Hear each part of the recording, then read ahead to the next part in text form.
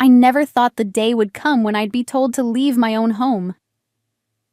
Can you believe our daughter is coming home, and we don't have a room for her? My mother-in-law said. Her words stunned me.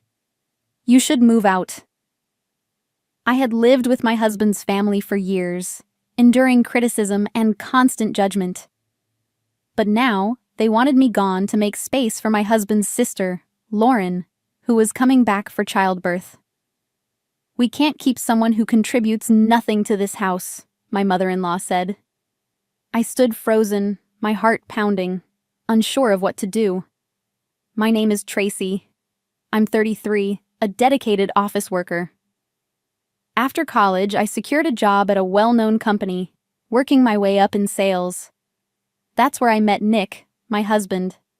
He was a section chief at a client company, and we bonded over work discussions and shared ambitions. His sincerity and kindness drew me in, and soon, our professional relationship turned into love. We got married when I turned 30, moving into an apartment that made commuting easier for both of us. I was happy, balancing my career and personal life, until his family started interfering. My mother-in-law never approved of me. She had been a homemaker all her life and believed a daughter-in-law should be perfect at household chores. You left dishes unwashed again. Look at this laundry pile. What kind of upbringing did you have? She would snap whenever she visited on weekends. I tried to explain that I focused on my career and wasn't skilled at housework, but she never listened. I relied on cleaning robots, and Nick helped with chores when he got home. He defended me, but his mother's judgment never stopped. She always found something to criticize. On top of the verbal attacks, she constantly asked Nick for money. Oh, that reminds me, we're short this month. Can you send more? She would switch from criticizing me to sweet-talking him into financial support. Nick, despite feeling burdened, always gave in. His parents, his brother, and his grandparents lived together, and their income was low. They had relied on Lauren's financial help, but when she got married and left, their struggles worsened. I knew we couldn't keep giving them money endlessly, but Nick felt responsible. Each time he sighed before reluctantly agreeing to his mother's requests. Eventually, another issue arose. His grandparents needed care. Lauren and my mother-in-law had handled it before, but with Lauren gone, the burden increased. The men in the family did nothing to help. After discussing it with Nick, we decided to move in with his family. I'll keep working full-time, I insisted. I had no plans to quit my job to care for his family. Of course, I'd never ask that of you, Nick assured me. But deep down, I worried. His family already disliked me. Would moving in make things worse? I pushed my doubts aside and tried to stay positive. As soon as we moved in, the complaints began. Nick doing housework? That's absurd. That's a wife's duty, my mother-in-law spat. His father and brother nodded in agreement. You should reduce your working hours or quit, they suggested. I refused. If I stopped working, we'd struggle financially. Supporting 7 people required a steady income, but they didn't care. How ungrateful, my brother-in-law scoffed. Their resentment toward me grew, and soon I became the target of their frustration. The tension in the house was unbearable. Every day I felt their judgment and hostility pressing down on me. Work became my escape. I stayed late at the office, dreading the moment I had to return home. Why are you always late? A wife should be home before her husband, my mother-in-law would scold. They belittled my job, calling it insignificant.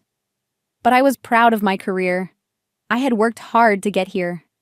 Nick saw my distress and tried to intervene. Tracy contributes more to this house than you realize, he argued. She pays for our expenses, even bought new furniture. But his family didn't care. You need to discipline your wife, they said. I was done.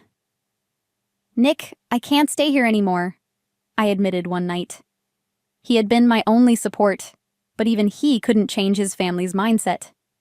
He agreed. We should move out, he said firmly. We secretly started looking for a new home, planning our escape. But before we could leave, Lauren returned. This time, permanently. She arrived with a suitcase, pregnant and ready to reclaim her old room. It's only proper that she gets her space back, my mother-in-law declared, turning to me. Tracy, you need to leave. My breath caught. They wanted me out immediately. This was it. Nick stood up. If Tracy leaves, so do I. His voice was calm but firm. His family laughed. Fine, go ahead. They thought we were bluffing, but we weren't. That very day, we packed our belongings and left. I hired movers, ensuring every piece of furniture and appliance I had purchased came with us. The next morning, my mother-in-law called me, furious. How dare you take everything? The house is empty. I smirked. You told me to take my belongings, so I did. She sputtered, but I hung up, knowing this was just the beginning of their downfall. A month later, the calls started. Come back. We can't pay the bills, my mother-in-law pleaded. When we left, their finances crumbled. The loan for home renovations, previously covered by our income, now burdened them. They had no savings, no backup plan. Nick isn't here to pay your bills anymore, I said coldly. Figure it out. Her voice wavered. At least let us move in with you. I laughed. You wanted us gone. Now enjoy your space. I blocked her number, ending the conversation. Nick sighed, feeling guilty, but I knew we had made the right decision. Years passed. We thrived in our new home, free from their manipulation.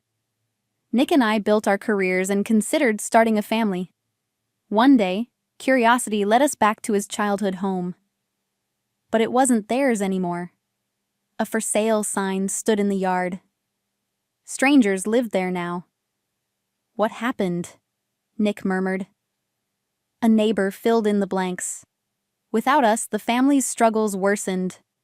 Lauren, secretly divorced, stayed with them, but even with her job, they barely managed.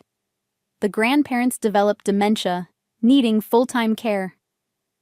My mother-in-law, overwhelmed, left with Lauren, abandoning the household altogether. With no one to care for them, Nick's father and brother placed the grandparents in a facility, funding it with their dwindling income. Eventually, unable to keep up with expenses, they sold the house. They really lost everything, Nick said, a mix of emotions crossing his face. It's sad, but it was their own doing. A few days later, my mother-in-law, desperate, reached out again. Life is hard. Let us move in with you, she begged through a neighbor. Nick hesitated. I didn't. Absolutely not, I said. We won't be their safety net again. Nick agreed. I'll check on Grandma and Grandpa, but I'm done with the rest. He cut off contact with the rest of his family, choosing peace over obligation. And so, we moved forward, stronger than before. Our journey wasn't easy, but we had learned one thing. Sometimes walking away is the only way to find true happiness.